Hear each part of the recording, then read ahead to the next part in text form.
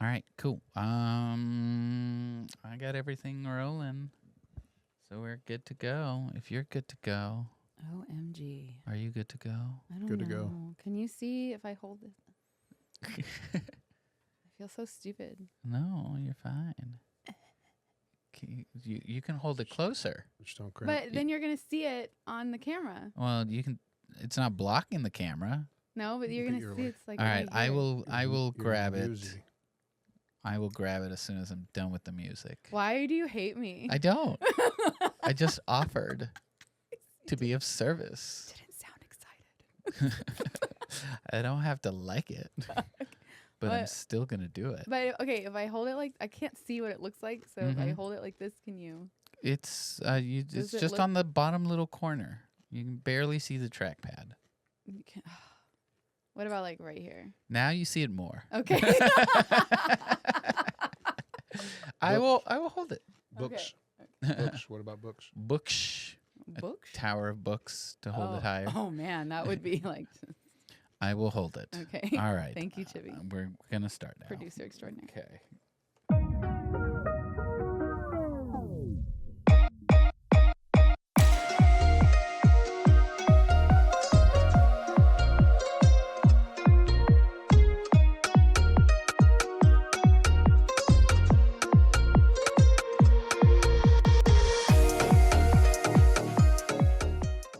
All right. Hello, everyone, and welcome back to Candid and Curious. This is Nina, your host, and I am here with Chibi with Gemini's Productions. That's right. Putting him into work. Let me just come over here, you little can't. workhorse. You're just over here putting me to work. You know, I mean, but I love you. Next life, I'm gonna be an octopus. I want to be that. All right. Well, I'm excited for today's guest. I know you are too. So excited here. So today's guest is the owner and founder of Forma Wellness. He is not only a skilled martial artist, but he's also a pioneer in soft tissue therapy. So he created his own innovative technique to help athletes and everyday people heal, move better, and live pain-free.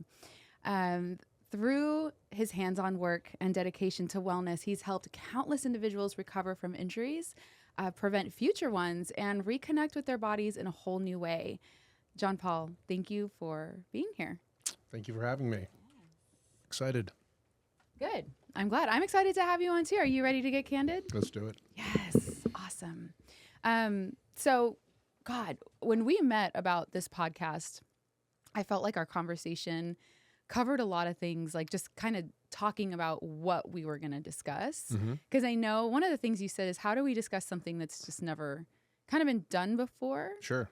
So I definitely want to dive into not only your history, because you're a movement artist, but also a therapist, like a healing therapist. But you can't really classify what you do. Yeah. It's tough. Yeah. It seems like, everything happens for a reason, right? Everything comes together. And we're all a product of our experiences and the situations we find ourselves in. And the things that I've experienced in the past have all come together in my therapy. And it's all taken a little bit of a variable in this equation. Yeah. So explain to our viewers and listeners, what exactly is a soft tissue therapist? How does that tie into massage therapy and everything else that you do? So by license, I'm a massage therapist. I wouldn't call what I do massage. I refer to what I do as soft tissue recovery. Okay. Mine is the issue with my modality is it's one who caters to an industry. The industry wants soft, relaxing. They equate it to a luxury, right? But that's not necessarily how it started, right? It's a myriad of different disciplines that have all come together to become what it is today. What most people refer to as massage is Swedish, right? And Right. it's Or very, deep tissue. It's very relaxed. That kind of started to come through. But and then and the sports massage, but there's no really clear, concise, uniformed definition of what sports massage is. But so soft tissue recovery, what I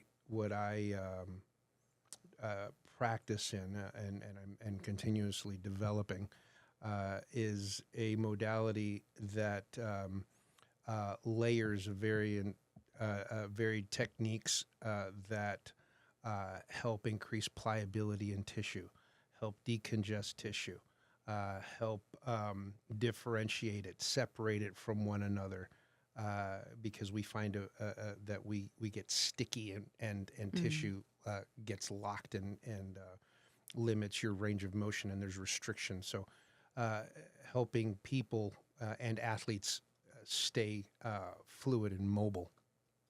Yeah. So. And not just, yeah, I mean, because I've seen you several times, because when I was training for the half marathon, I kept having like just these issues in, well, mainly my legs. But I remember walking into your office, because you and I have known each other for years, but at that point I hadn't seen you in several years. Like we had just kind of lost touch. And then I walked in and I remember you were like, okay, stand right there. And I stood, right? Like just standing. And you were looking at me and you were like, you have pain there, that's messed up. You didn't say messed up, but you know what I mean? You're just like sitting there and I'm like, that's all true. And I don't know how you're able to do that. Like it was like you saw what was misfiring or what needed work and you could just see it and visualize it. And then from there is when you really started to say, okay, we're going to hit this first and then we're going to go here. And it was just very methodical, but also it was like you could just see what was happening. How long did it take you? Where does that come from? I've never met a therapist that could do that. Well, that's what they should be able to do. Mm-hmm. What that comes from is, well, first of all, the body, right? We're all kind of put together the same, right? So it's kind of like a mechanic asking you to turn the engine on, and he listens. And if he paid attention to his craft, he'd be able to tell you, well, this kind of sounds off. So this is where I'm going to start.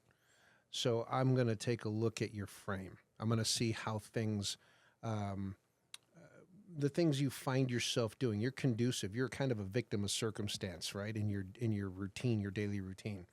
So if you, let's say you work in an office, right? For example, and you're statically immobile for a very long period of time, you're going to start to have an anterior rotation in the shoulders, right? Your pec is going to shorten a little bit. The posterior structures are going to be stretch weakened, right? It's going to start, and you're going to start developing this holding pattern over a period of time. Right. And there's other tissue that gets involved that starts helping hold that position. And over time, your posturing changes, which then will affect the mechanics of your movement, right? And then over time, from that, then you start developing overuse traumas and certain pains, right? So I'll look at how someone stands. I'll look at how someone walks, right? And if their mechanics are off, kind of not too different from what a gait coach does, right? When he was watching you run, or seeing how your foot falls, right? And that those give me context clues, and from those clues, I start assessing, what my prognosis is, right? I a lot of times people say, how you diagnose something. Oh, well, you're not supposed to diagnose, right? You're not a doctor. Well, a diagnosis is nothing more than an opinion, right? The only difference between my opinion and a doctor's opinion is nobody's legally bound to mine, but I can still have mine, right? So I come up with I kind of diagnose the situation, and then I start to develop a course of action, right? A treatment plan, and then I move you through that. Right. But you, to be clear, you actually do have a medical background, though. So yeah, so I originally I wanted to be a surgeon, Mhm. so I was preparing myself to move towards pre med and go to med school. Right. Then my father passed away from sublingual squamous carcinoma, which is a type of throat cancer, and I kind of lost my faith in the business of the Western medical model. I couldn't get down with kind of robbing people of hope and money just to kind of live my life, right? The Western medical model tends to treat the symptoms and not the core of of what's afflicting you, right? Um, I couldn't get down with that. I needed to figure something else out. So then, having done martial arts for a very long time, I have a very intimate relationship with pain, right? I've Right. hurt myself a lot. So in that, you start to develop an understanding of, well, if I do this, if I do X, I'm going to get Y. Um, and I figured, okay, well, why not do physical therapy, right? I'd be able to help people with whatever their issue is or pain, whether acute or chronic. And then I'd still be able to be a doctor. And then I figured, well, what better way to understand the various changes that soft tissue undergoes when applying different treatment modalities than massage, Right. right? So I got started doing that. I had no idea I was going to fall into this niche of clinic on the very far clinical therapeutic side. And now for me to go back and get my doctorate in PT, I'd be taking a huge pay cut. Who knew, right? But it's a very specialized niche, and it's definitely one that's needed. Mhm. Especially this day and age where everybody is over medicated. The body's amazing; it has everything it needs to be able to take care of its its daily issues, right? And regulate itself if you just allow it to. Right. Yeah, just kind of, and I think because when I was seeing you a lot for just my legs and my ailments, um, there was a lot of that with our discussions and conversations. Like, okay, like, because you do have to consider everything. Like for me, it was like, well, now I got to consider the shoes that I wear. I have to consider how my foot falls because that was affecting everything from the ground up. Absolutely. So that was always it was always an insightful visit with you because I was like, oh man, like okay, so this hurts because that hurts, right? Like it was just, and I remember I would tell you where my pain was and be like, okay, and then you would go somewhere completely different, and it would just all seem to work. It's all connected. It's all connected. So how do we get people to understand that, right? Like how do we? Because like from what you're saying, it's like there's the Swedish massage, there's deep tissue, there's all kinds of different modalities. Sure. So with what you do, because I know you mainly cater to athletes, but how can we get people to understand that everything's connected? You have to create the culture. Mm. It's take one, teach one, right? Mm-hmm. You have to try and find a way to communicate the concept in ways that they understand. And my practice, is geared. I mean, I have a lot of athletes, but I have a huge spectrum of clients Mm-hmm. from being in a huge military town. I have a lot of military, law enforcement, firefighters, judges, attorneys, office workers, soccer moms, you name it, I got it. Right. So, and they're all, they're conducive to their environments, and each of those environments are going to affect their mechanism, their biology, right? Their posturing. That's why all long distance runners are built the same. All bodybuilders are built the same. Track isn't built like a long distance runner, right? Because the body is going to be and develop depending on the exterior stimulus, right? Gotcha. So you have to create the culture. You gotta meet the person where they're at, right? What they need. How can I fill that need? And then when they see the impact of the work, then you communicate the process, right? Most Swedish type massages, the lights are dim, soft music is playing, there's candles, the therapist whispers in your ear in a very creepy way. How's that pressure? Would you like me to go deeper? Right? That's a little weird. My sessions, there's a lot of communication. Yes. Because we're going to share space. We're Right. going to have a very intimate understanding and coming to terms with your pain, right? So you need to establish a level of trust. You need to be able to trust your therapist. You need to, because if you were to do work on me and you went from 0 to 60 in 2.3 flat, and in regards to pain, inflicting pain on me, we're not going to be friends, right? Right. So you got that fight or flight, right? So you have to communicate to me what it is that we're going to do. Where are we going, and why are we going there? What's the purpose of this? What's the end game? So you have to communicate the concept to them while you're working, and what that does is creates the culture. And as you create the culture, that's a powerful thing, because pain sucks. Yeah. And people don't want to live in pain. So if you can alleviate that and give them a little bit of their life back, they're going to openly communicate that and share that with people they know. So my practice has just been steadily growing. As you know, I don't really have any social media. I have no website. I have Not yet. I don't think I've given maybe 100 business cards out.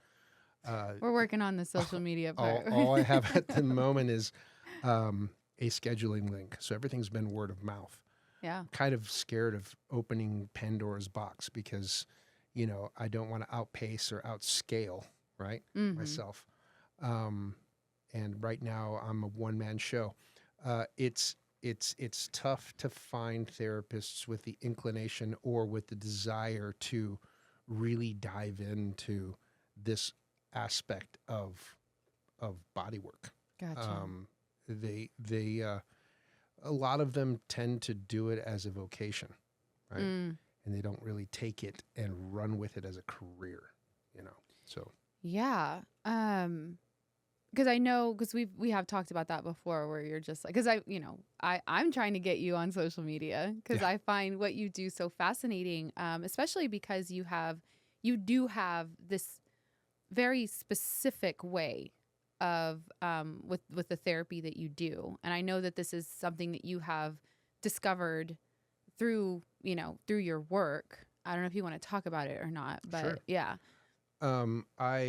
So having done martial arts for so many years, I've found so many wrong ways to do things. And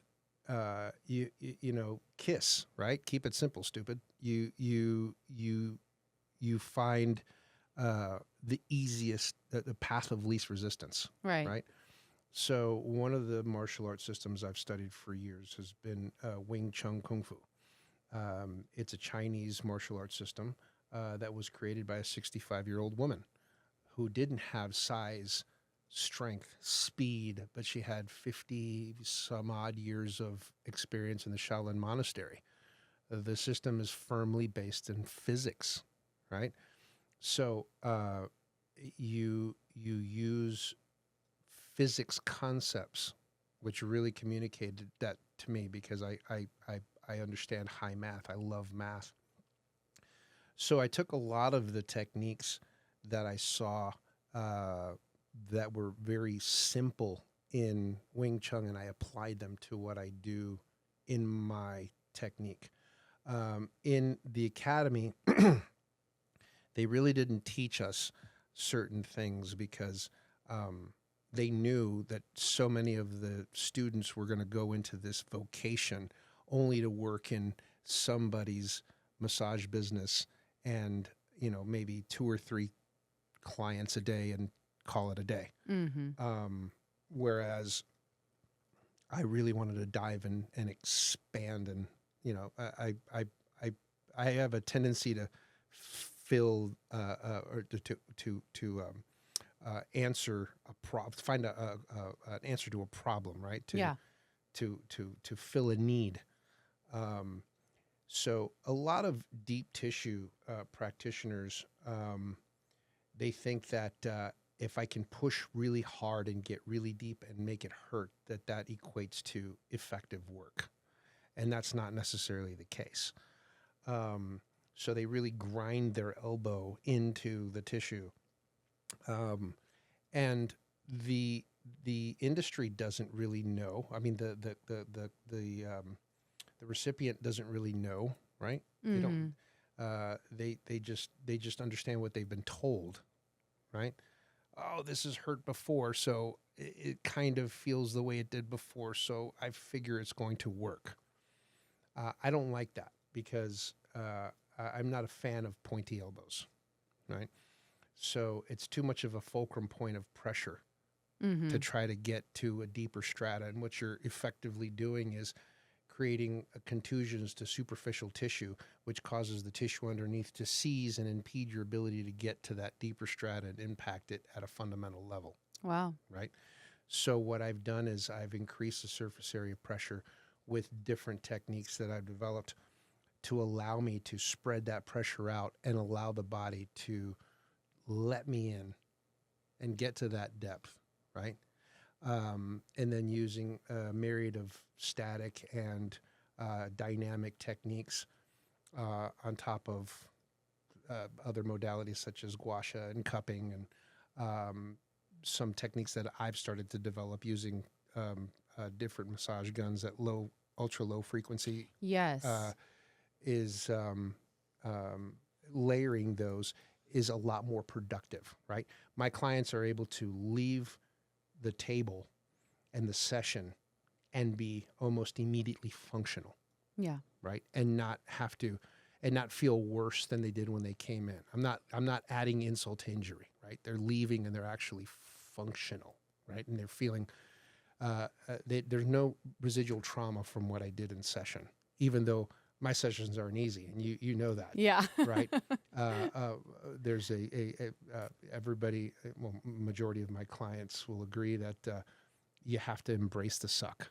You right? do. You have to, and I don't allow my clients to run from pain. Yeah. Right. We have to meet pain where it is, so you can define it clearly, understand it, because pain isn't a bad thing. Pain is your body's means of communicating with you to tell you that something's not right. Right. And if you don't listen to it, I liken it to a significant other trying to communicate a concept to you and you're not listening. What happens? They get louder. Right. So if you do what mom taught you and you make eye contact, smile and nod, right? Yeah. It kind of quiets down. Right. And then it gives you the ability to get in there and impact it at a fundamental level. Yeah. And then you give them the ability and their body to heal, right? Because I can't heal, but I can align the planets, right? Gotcha. And then whenever you enter into a sleep stage, that's when you start to heal, right? Yeah. All the physiological reactions of what I did mechanically start to take root. And there's something because it's, God, I would walk into your sessions and, before I get on that table, I'm like, God, this is going to suck a little bit there because, I have pain, a lot of it.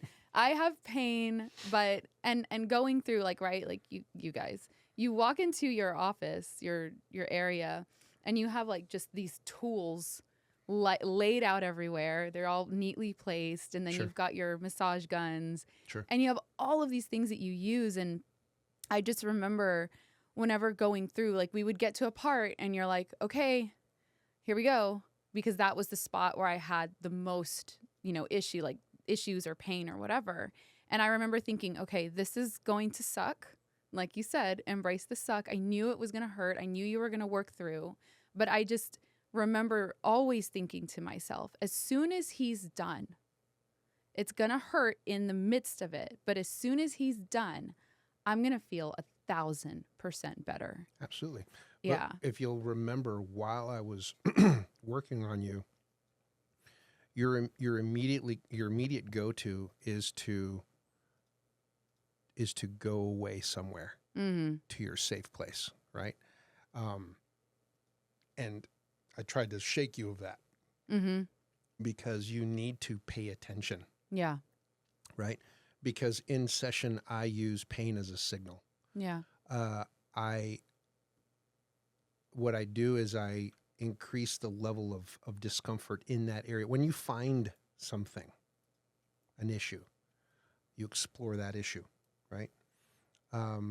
And the more intense that issue gets, you have to pay attention to that because that's a context clue, right?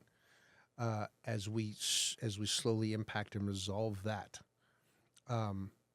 we find out what other areas it's connected to, right? In the mechanics of that articulating joint or that muscle system, okay? To further impact the variables involved. But you need to be present with it. And it's interesting how that it's all relative, right? Because that's a very resounding variable in a lot of different therapies, right? Being present with the pain, right? Identifying it, not running away from something. Right. But yeah, you have to get in and find what the issue is so you can resolve it. Yeah. I feel like these are like just lessons for life in general. It's funny how that ends up happening. Yeah, I mean, it wasn't by design. I mean, it is by design, but it wasn't my intent. Yeah. You know, it's funny. My Hispanic community client base. My nickname is El Brujo. You know, the witch doctor. Yeah.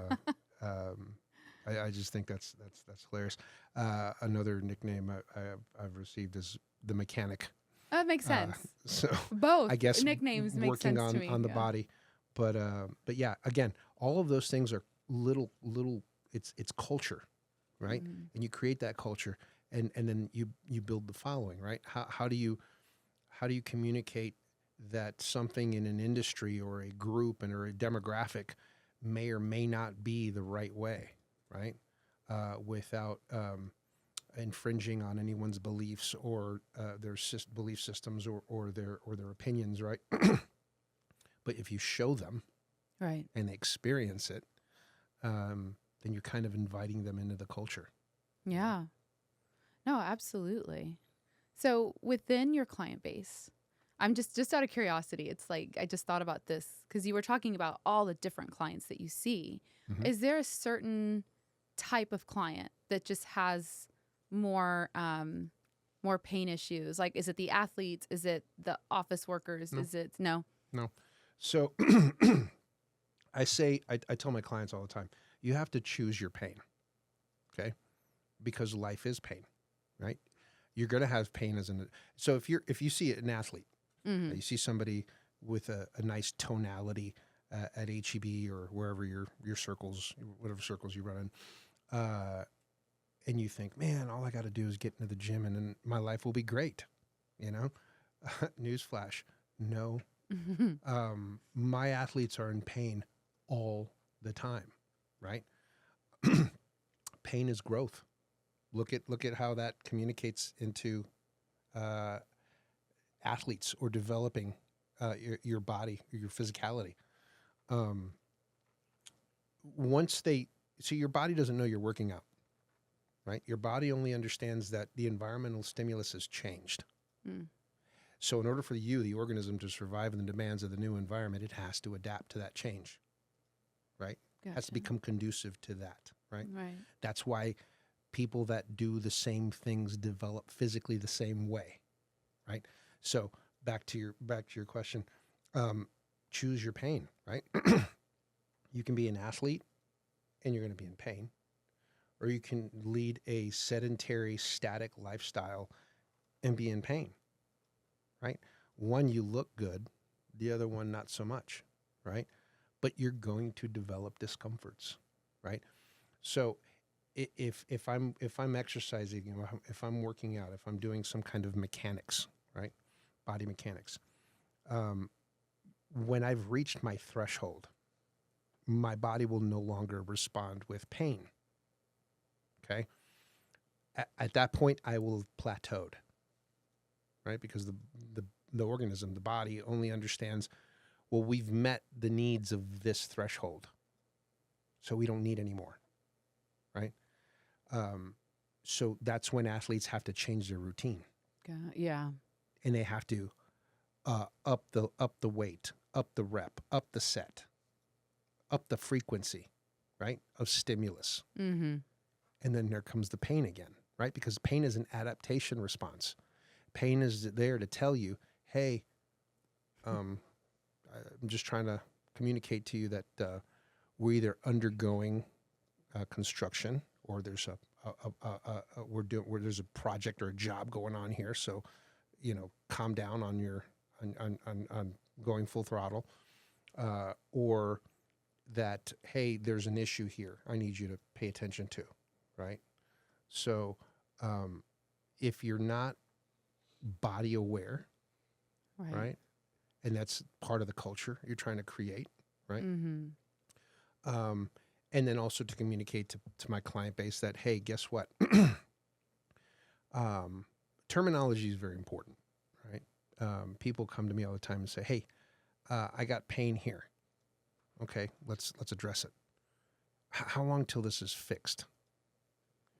Well, newsflash, it never will be fixed, okay?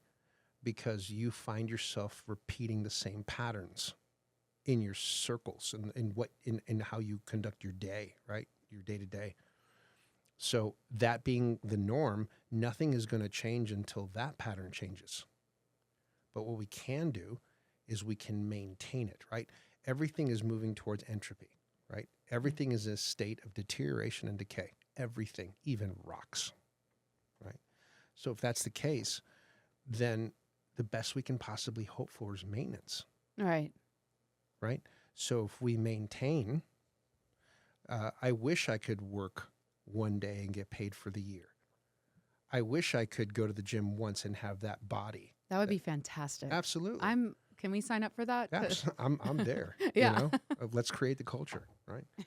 So same thing with body work. And that's why this is soft tissue recovery, right? I have two models, right? I have a therapeutic model and I have a maintenance model.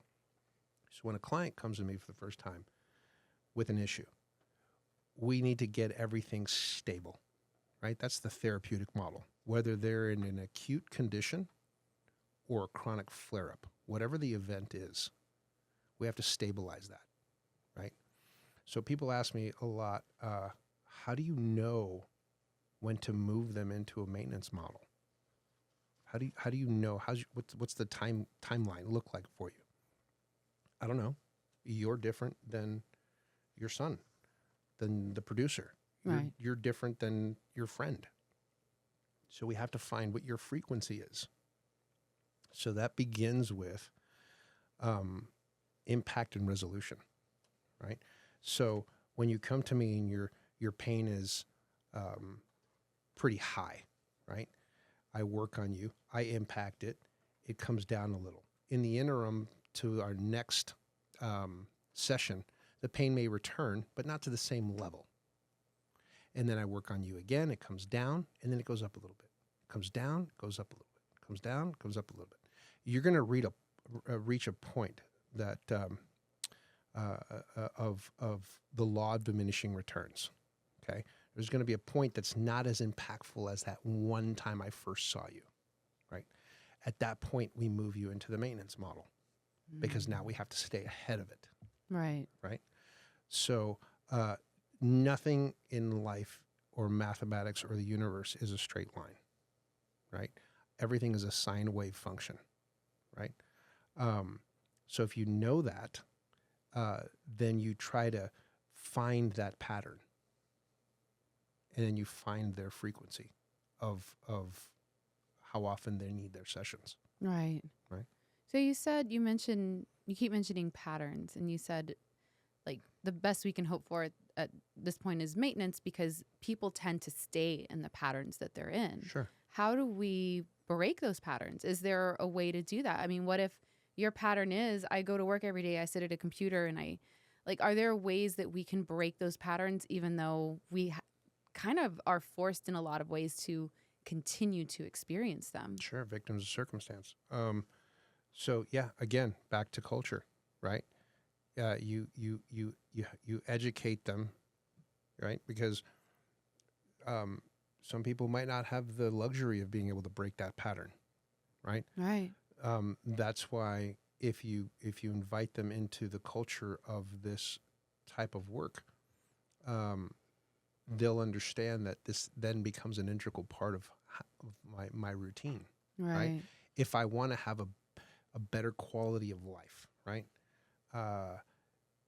So with the business of the Western medical model, I want to deal with the symptoms.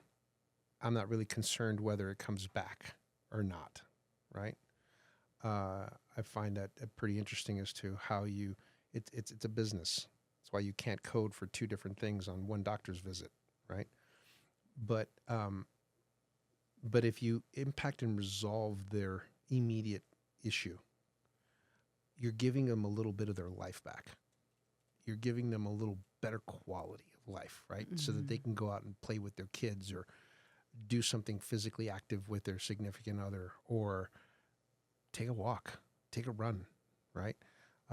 That improves the quality of my life. That makes me happy. Right. So you can try and educate them, right? And create the culture of these are the patterns that are causing this.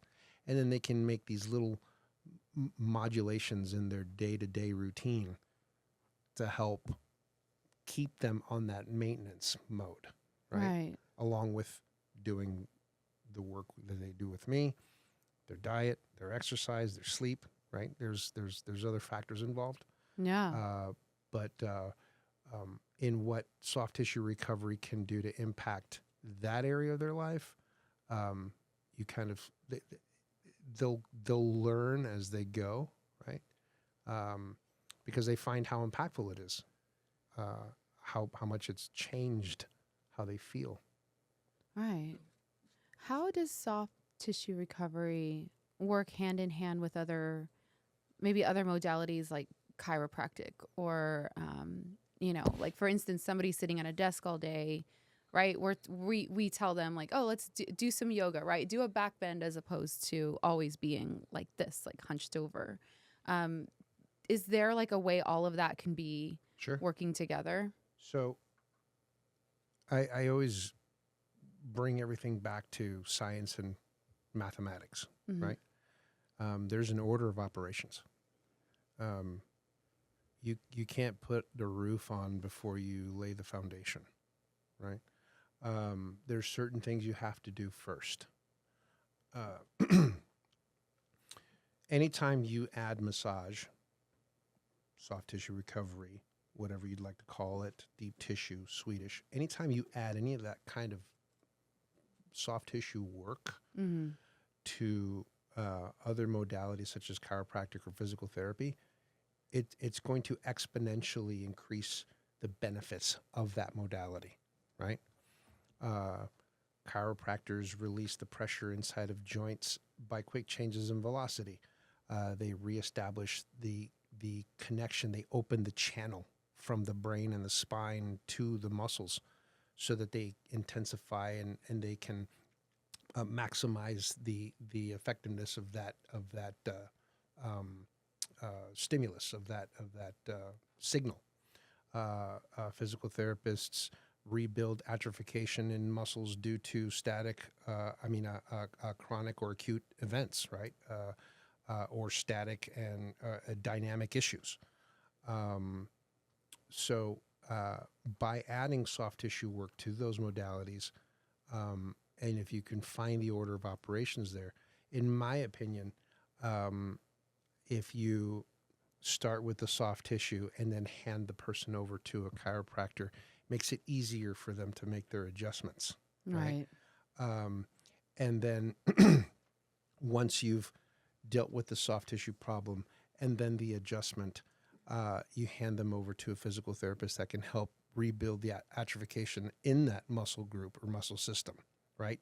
And then help them into a more Ayurvedic lifestyle change where they can stay ahead of that. What else? So now that I've dealt with the soft tissue and then the joint issues and I've built strength in my muscles, now what can I do? Now it moves over into diet and exercise and sleep.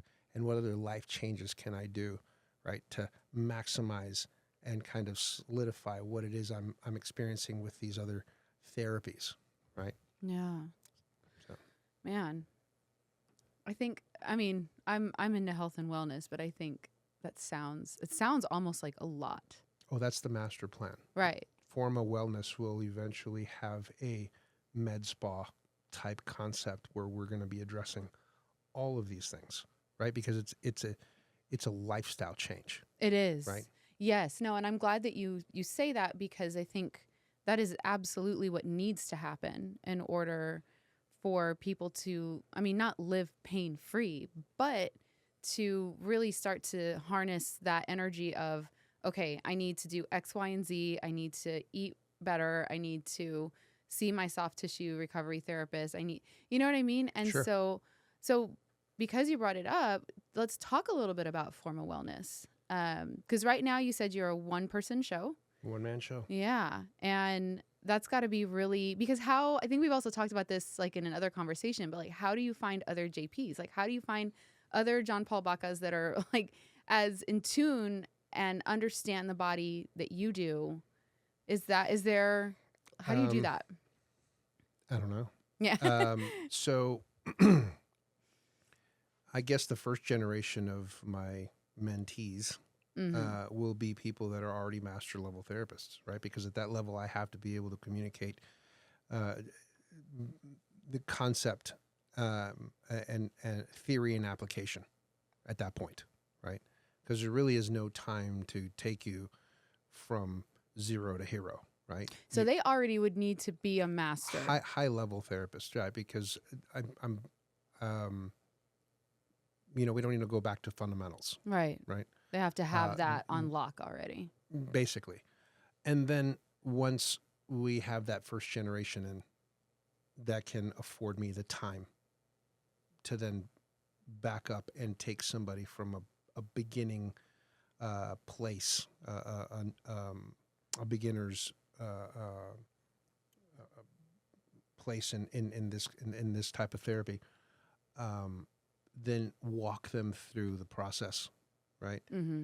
They don't really and then you negate the possibility of developing those bad habits, right? That you have to break, and then teach them how to do the work and have a long career, because to do what I do is taxing on the body. Right. But having been a workhorse in previous establishments, I used to be a therapist at Oak Haven Massage. Tremendous facility. Definitely a product of Dr. Schul and the shout out to Dr. Schul and the amazing instructors. Shout out Canny, Anthony, Jeff, Armando. Who else is? There may be some more people there now, but and I took from their wealth of knowledge and experience and kind of made it my own, and then continue to grow with that. But it's difficult to find those people that really have the desire to take it to that level, right? But actively looking. But so you definitely it's a you have to take tremendous care, and I'm an instructor by nature.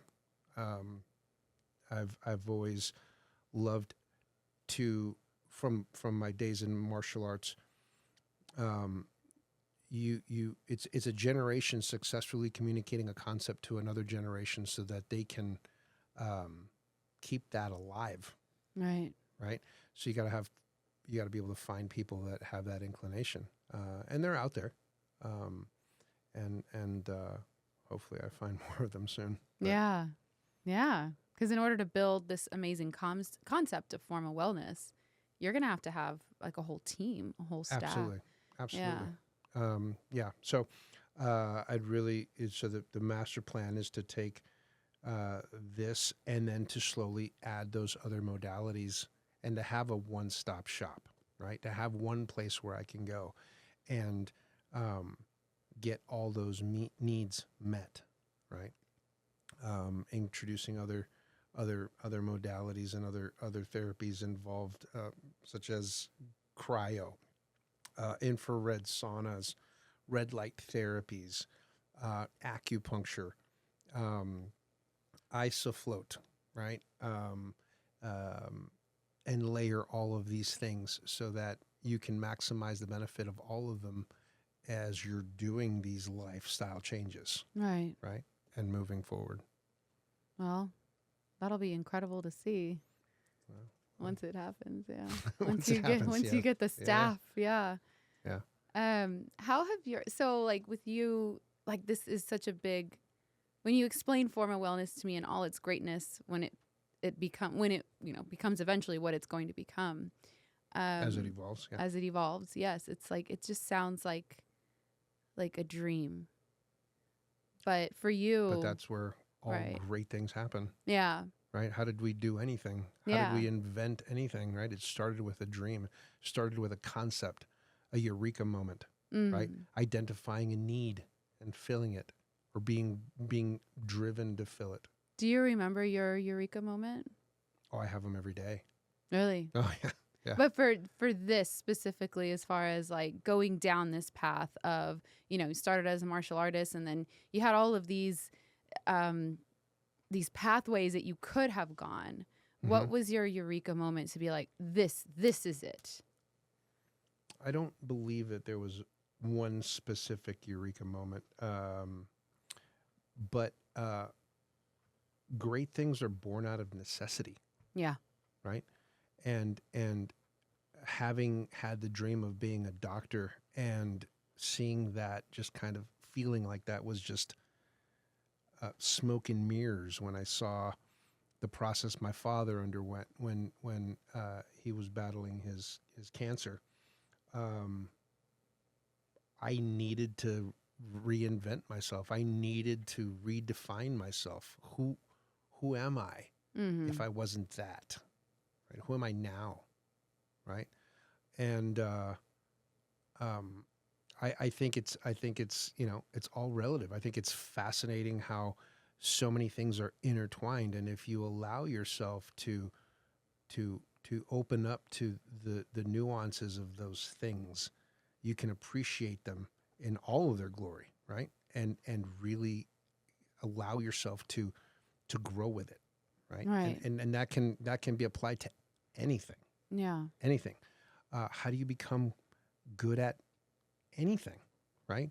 It's how much you truly understand about that given thing, and how much you invest in that thing. Yeah. Right? You're going to get what you put in, right?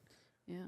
I would even add, how many times have you failed and learned? Yeah. Are you kidding? Was it the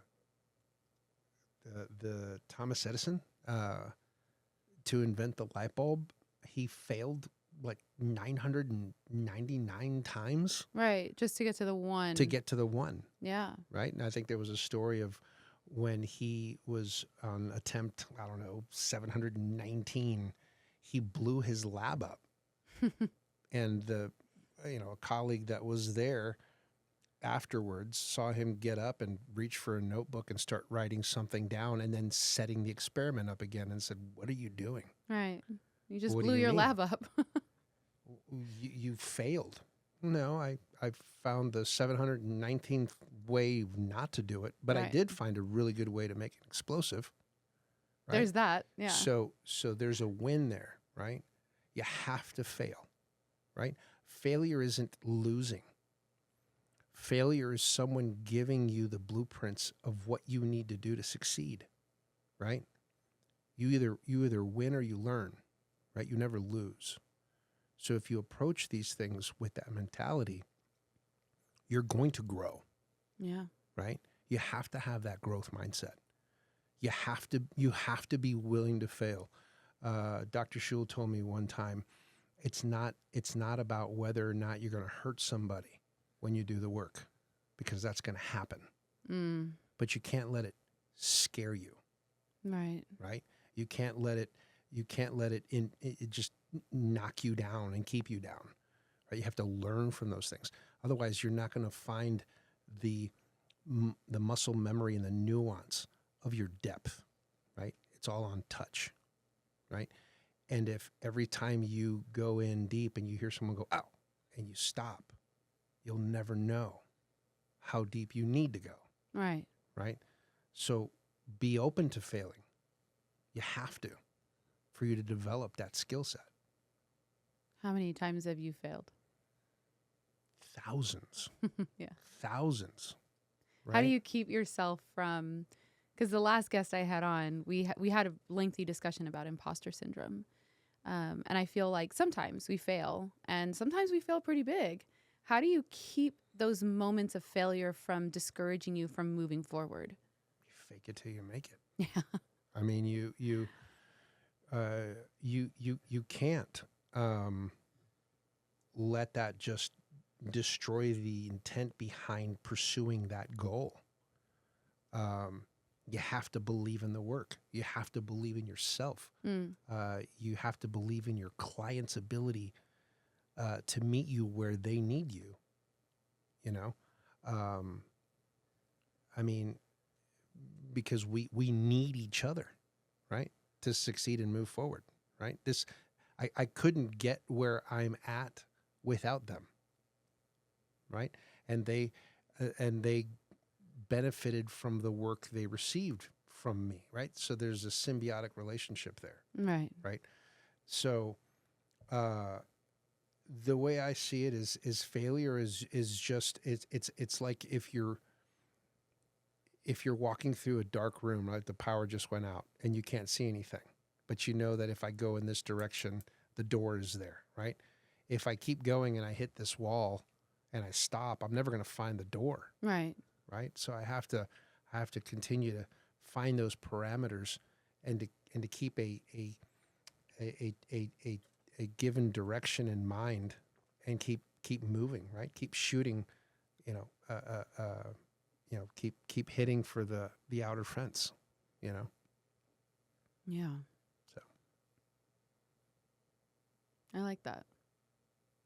I think it's like these therapeutic lessons are the equivalent of real life lessons. I mean, how many times have we failed in anything and not been able to maybe bounce back or had to pivot to do something else? I mean, and then going back to the pain factor, I mean, anytime it's like moving through the pain, even within a session, for me, on a life lesson, as a life lesson, it just really teaches you that you can do hard things. absolutely. You can do hard things. And when you make it through the hard thing, on the other side of that is the reward. Is growth. Yeah, is growth.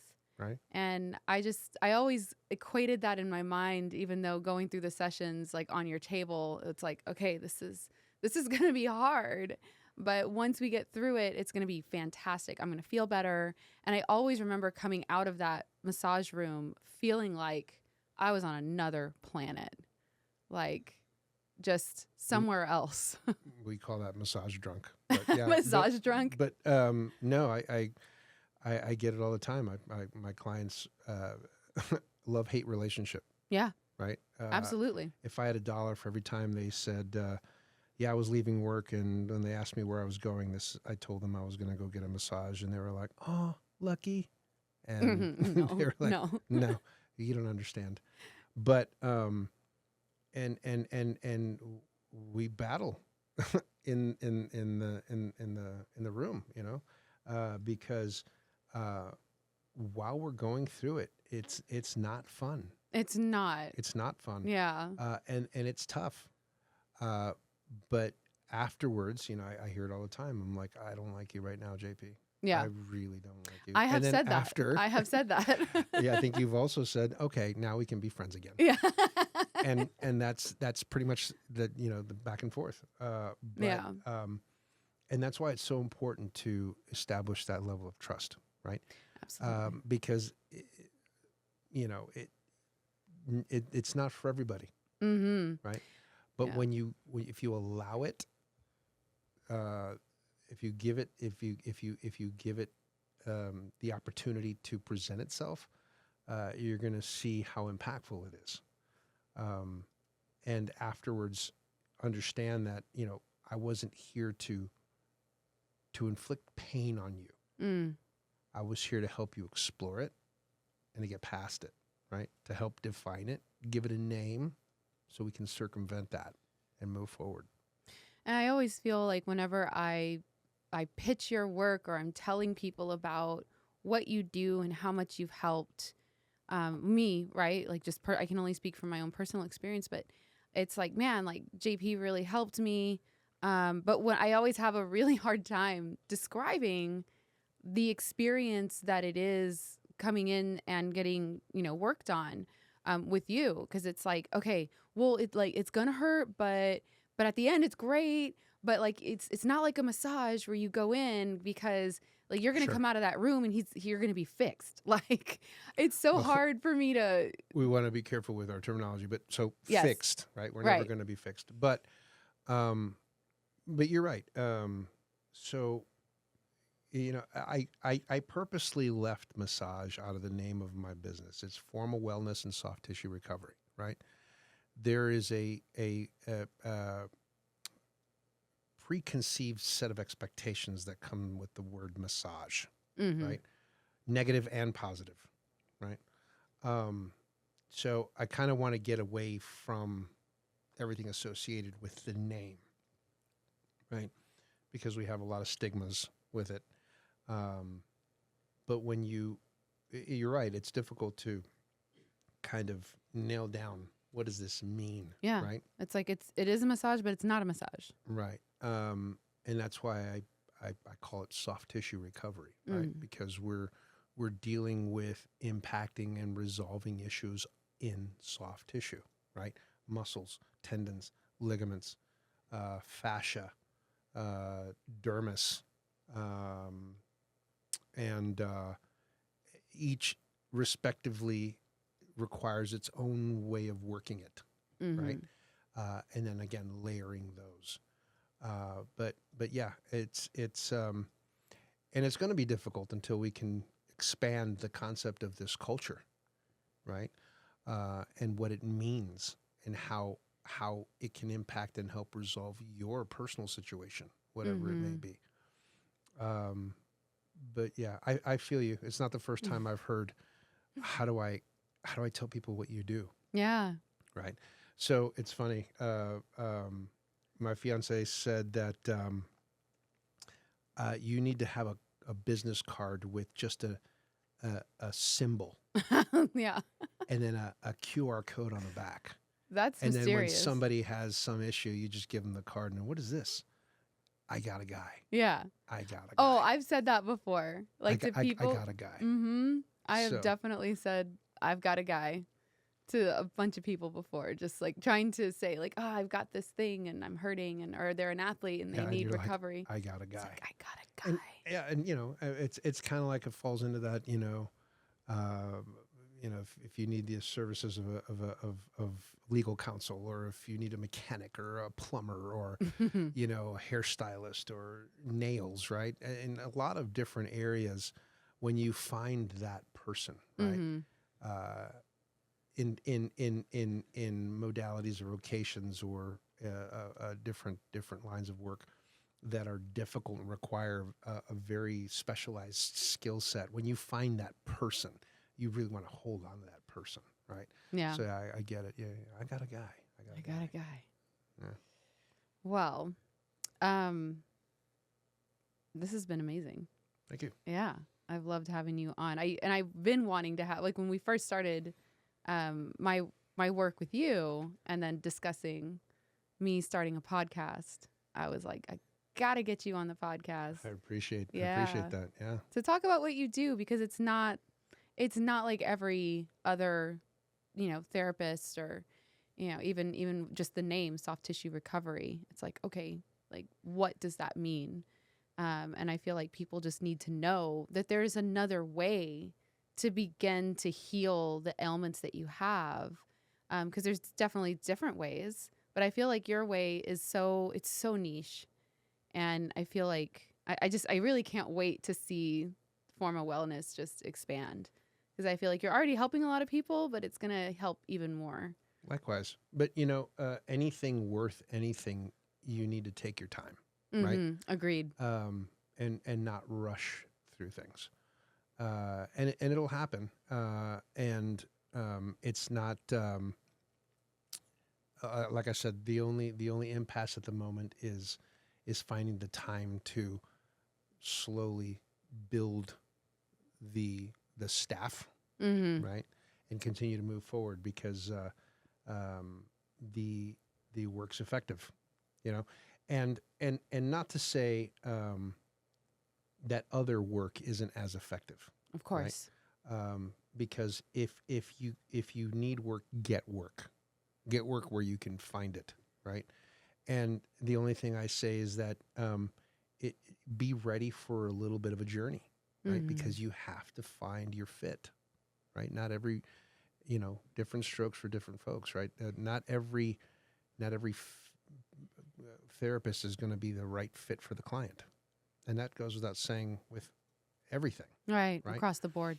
So anytime you run into a therapy or modality that tries to communicate or convey that they're the be-all, end-all, that should be a red flag.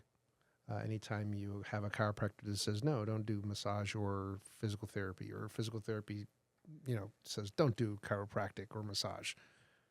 A wise man once told me that a rising tide raises all ships, right? So if you capitalize on what those modalities do and can find that order of operations, then everybody benefits, right? Yeah. So if don't shy away from getting massages, right? There are other quote unquote JPs out there. Yeah. Right? They're there, and I've met a tremendous amount of very skilled, gifted practitioners and therapists, and you'll find them. You'll find them. It's gonna take a while. Yeah, right? For sure.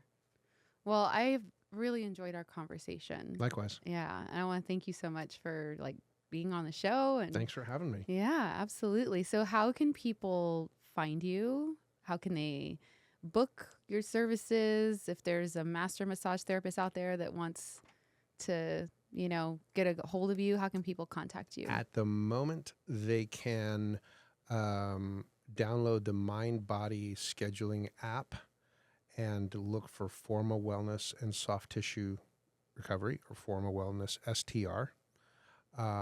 Or they can contact me directly at 210-310-4682.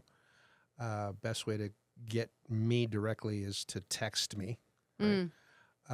And then all of the other areas and means to contact me, you're going to help me with.